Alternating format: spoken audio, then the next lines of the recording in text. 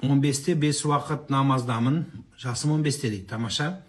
Жаман әдеттерімді тия алмай жүрмін, нәпсімді тия алмаймын, иманым әлсіз, 18+ видеоларды көремін, өзім ұстай алмай дейді. Намазды көбейт, соң ораза ұста.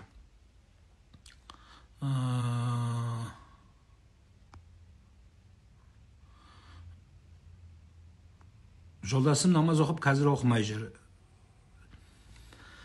Намаз оқитын адамға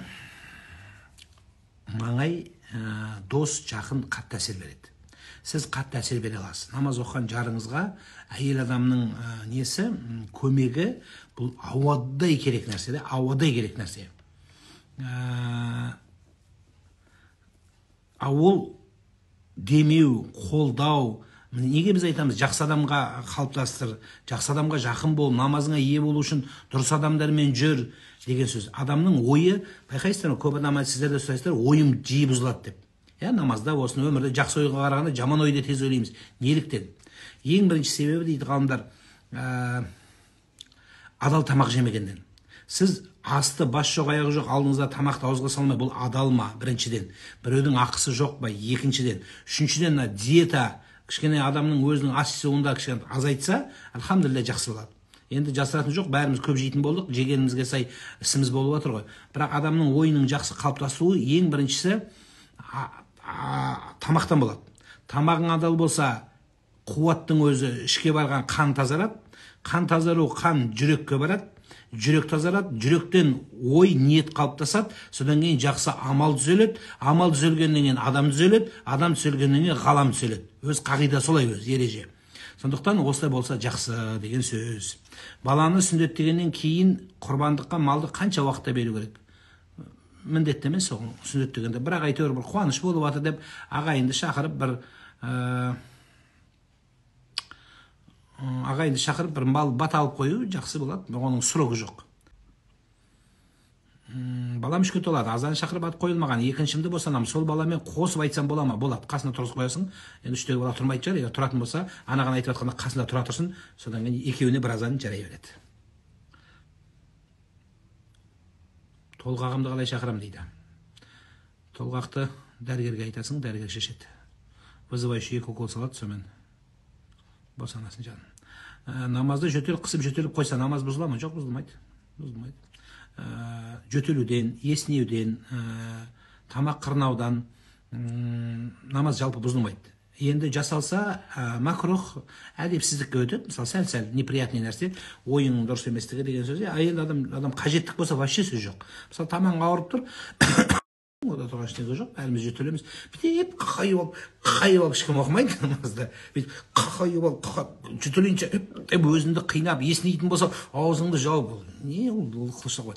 Даже керек десеңіз, дәретті қыстап тұрып намаз оқу макрух деп айтылады. Адамның табиғаты барып кел, айналайын туалетке. Сол сияқты тамағыңды қырнасаң, енді іште кетпейді. Тамақ қырнай беріңіз. Бірақ әдейілеп істемеңіз, специально вызывать етіп, шақырып анау жаңағы Шалабай атаңның аруағын шақырып, еснеп, өзіңді қинау, ол жақсы емес. Біреуге еліктеу, ол дұрыс нәрсе емес. Ал енді еснегенде намаз бұзылады, жөтелгенде қай уақытта әріптерді шығарсаң. Жаңа біздің музыкальный еснеуіміз бар ғой. Десең, немесе десең, сол мен намаз болады. Солай деп түсіндірейін енді.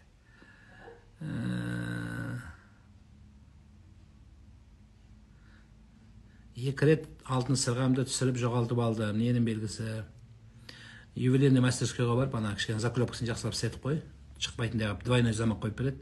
Түспейтін болады. Түссе құлағымен қоса жылы болады. Сонымен бәрі бітеді шаруа жан. Уайымдама. Қыздар қауымы кең шалбармен намаз оқыса бола ма? Болады, бірақ сәл ана денесінің пішімін көрсетпесе болады. Сүндетке міндеттерде 3-5 жасату керек па? Жоқ, шарт емес. Желательно, жақсы нәрсе. Сізбен біздің ата-бабамыздың дәстүрі, жолы, ұлағаты, соқтан солай істесең болады, жақсы болады. Шарт емес. Ойбай, мысалы 4 сүндет қойсаң, бәлеге қалатындай дүние емес. Таң намазында өз болашақ жарымды кездестір деп сұрадым. Сол күні бір жігіт жазды, ол белгі ма дейді. Сол күні 4 жігіт жасаш. 4-іне шығасың ба, қалай болды? екеуі жасашы, қайсына тиесің бірінші? Қайсы бірінші жасады, соған тиесің бе, қалай болады? Жоқ, олай болмайды. Алладан қайырлысын сұра. Егер қатты анандай знак берші, знак, бір жер туф десін, бір жерден лампочка жансын, біреу келе қалсын, жаңағы қағаз алып келатып, бүйтіп қағазы екеуің соғысып қалып, қағаздың бәрі шашырап кетіп, сен қағаз жинап жатқанда, ол саған жәрдем беріп жатқанда, екеуіңнің көзіңе қарап, содан кейін осы екен ғой менің бағым деп сөйтіп кетсең, қалай болса да әйтеуір күйеуге шығып кетсең болды бізге. Маңызды сол. Мәселе ода емес. Ұйықтап жатсам құлап кеткендей бола беремін. Біреу жұлқыған сияқты дем салып ұйықта. Өз-өзіңе, өзің аятты оқып жарай. Молада әкем қорғаны сынып қалыпты. Сыртынан темір қорған үлкен етіп қоя берсе болады ма? Қорғанның сыртынан қорған қойған жақсы емес. Егер полный сынып қалып адам таптап жатқан болса, онда қоюға болады, адамды баспасын деп.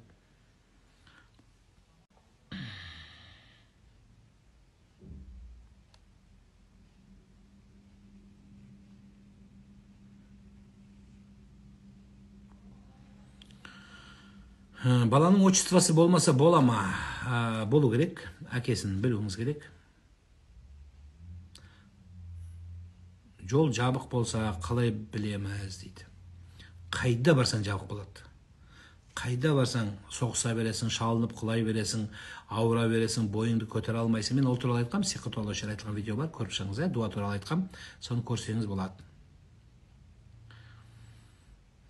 Истинжа туралы толық айтып беріңізші дейді. Şu аккаунтыма келсең, şu жерде ылдыйға кетсең, ылдыйлар бар. Ылдый тамында айтқам. Өздері ылдый жақты ал, şu ылдый жағында айтқам. Қантып жуыш керек, не қылыш керек, қағаз қолданса болуы, аннан туалетіне қағаз қолданса болуы, болбойы, не қылыш керек. Ошоның бардығын айтқанбыз, көріп шықсаңыз болады. Намаз оқып жүргендерге укол алғаннан кейін дәрет алу керек пе? Мысалы, кішкене қан шықса. Қан жайылса, дәрет алу керек болады. Қан жайылса, бізде қан шыққаннан дәрет бұзылады. Кейбір инелер болады, өте тонкий. Немесе аккуратно салған кезде жаңағы кішкентай капиллярға тимей ине кіріп шыққан болса, қан шықпаса, дәрет бұзылмайды. Егер қан шықса, және ол шыққан орыннан жайылса, онда дәрет бұзылады. Жалпы тақуалық үшін дәрет алған жақсырақ, желательно. Кофе аштыру Құдайға серік қосу ма? Күнә болады. Босанғаныма 2 аптадан асып кетті. Некемізді сіз қиған едіңіз. Енді баламызға азан шақырып ат қойсаңыз деген ниетіміз бар. Қай уақытқа келсек болады? Келе беріңіз. Келе беріңіз. Жұма күні келсеңіз жақсырақ болады.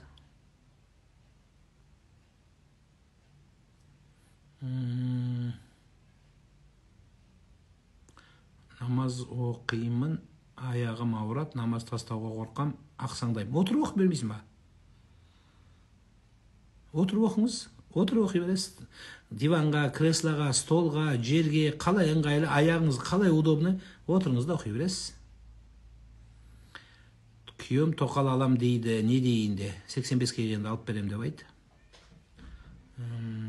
Қандай мәселе, салам алейкум? Істейміз барсыға? Жоқ. Сосын бір сұрақ қойсам бола ма?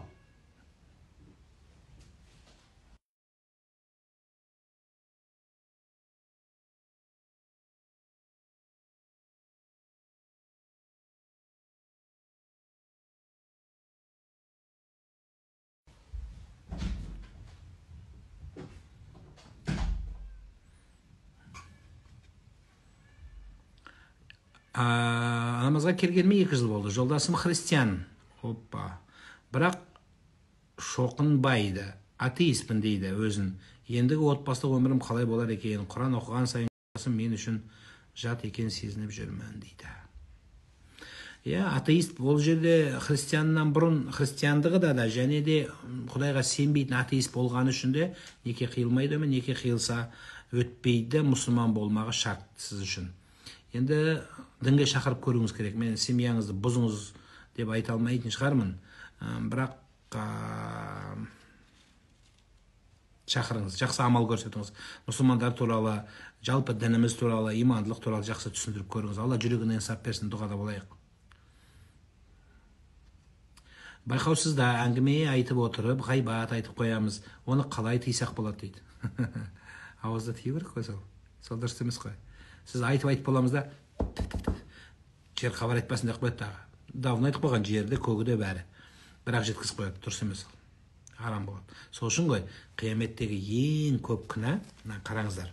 Мынандай тетрад береді қолыңа. Мынандай кітап береді. Шерхан атамыздың кітабы, мынандай кітап береді. Бәріміздің кітабымыз жазылып жатыр.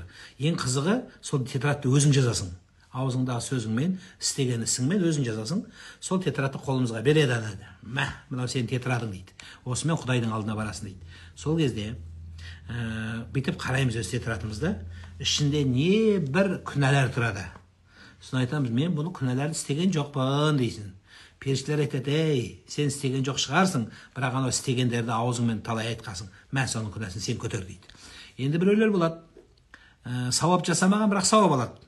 Ол да тура сол сияқты, жаңағы біреуді ғайбаттағанда, біреудің жаңағы жақсы пікірде болған, жақсы ниетте болғандарға да сондай сауап жазылады. Сол үшін жақсы сөз жарым ырыс деп атаң қазақ не үшін айтады? Жол салам, мұқтаждарға жәрдем берем деген сөзді айтасыз. Хиджабтағы қызбен қалай кездессем болады? Көшеде прямо кездесе бересің, тоқтатып аласың да сөйлесе бересің, аккаунтта жазасың. Намаз оқымақшымын, жолын үйретесіз бе? Мешітке барсаң, тез үйренесің. Мешіттегі жамағатпен тез үйренесің жаным. Аға, енемді жек көрем дейді. Дұши созыпсың ғой. Жек көрем дейді. Күйеуімді қызғана береді. Аға, маған жақындаса болды. Не болды сендерге деп сразу айғайлап шығады. Сыртқа шығып келсек түрі бұзылады да тұрады. Енемді жек көрем дейді. Сен күйеуіңе жақындамай тұрсаңшы. Үйге ыдыс-аяққа, стиральный машинеге, шаңға, мусорға, үйдің бәрін жинай берсең болды. Түн жетпей ме сендерге? Не болсын шаман? Сен де енең көзінше оны құшақтай бермес, мойына асыла берме. Өмірде жаңағы алда ғой әлі жақсы көретін өмір. Сондықтан кішкене асықпа. Одан кейін енең көзінше қызық, оны жасама. Жалпы біреудің көзінше құшақтап, ондай нәрсе жасаған жақсы емес. Жаңағы қайта-қайта бір жаққа барып бірге, енді болады ғой енді әр нәрсен.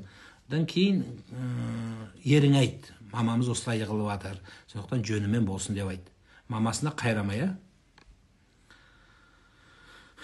әйеліммен ұрсып қалдым, не істейін дейді, барып кешірім сұра.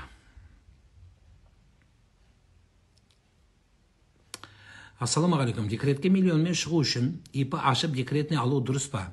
ИП-мен жұмыс жасайым, тек ақша алу үшін ИП керек дейді.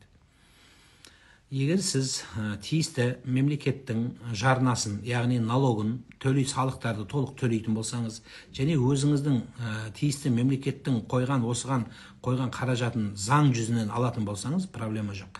Егер мемлекетті алдап, обналичка жасап, немесе тура сол сияқты жаңағы жоғарырақ жазып алу, немесе иесін алдау, бір жұмыс істейтін адамға ИП ашып алып, жоқ нәрседен кіргізсеңіз, бұл елді алдаған боласыз. Мемлекет деген ел ғой өзі, халықты алдаған боласыз, және оның тапқан нәрсе сіз үшін адал болмайды. Ененің көзінше құшақтамаймын, жаным деген сөз айтпасақ та қызғанады ғой ұстаз. Түнде терезе жүреді, оған не дейсіз дейді. Терезеге штор, рол штор қазір жоқ енді. Рол не бар анда? Жалюзи заказ берсең болды, рахат болады. Түнде музыка қойып қойыңдар, жай релаксқа, күшті болады. Болды, сонымен бітетін мәселе. Сентябрьде мешітте боласыз ба дейді. Құдай өмір берсе боламыз. Құранда кириллицамен жаттауға болмайды. Анау-мынау дейді. Рекламалар көп шығып жүр. Намазды енді бастап жатыр едім. Сол анау-мынау деген анау-мынауын сөйлей береді. Бастай беріңіз. Бастаңыз жан. Ана тәжвидтің бәрін жаттап, содан кейін үйренемін деген өмір өтіп кетіп жатыр. Алла көш жүре келе түзеледі деген алтымыз. Сондықтан бастап отам. Баста.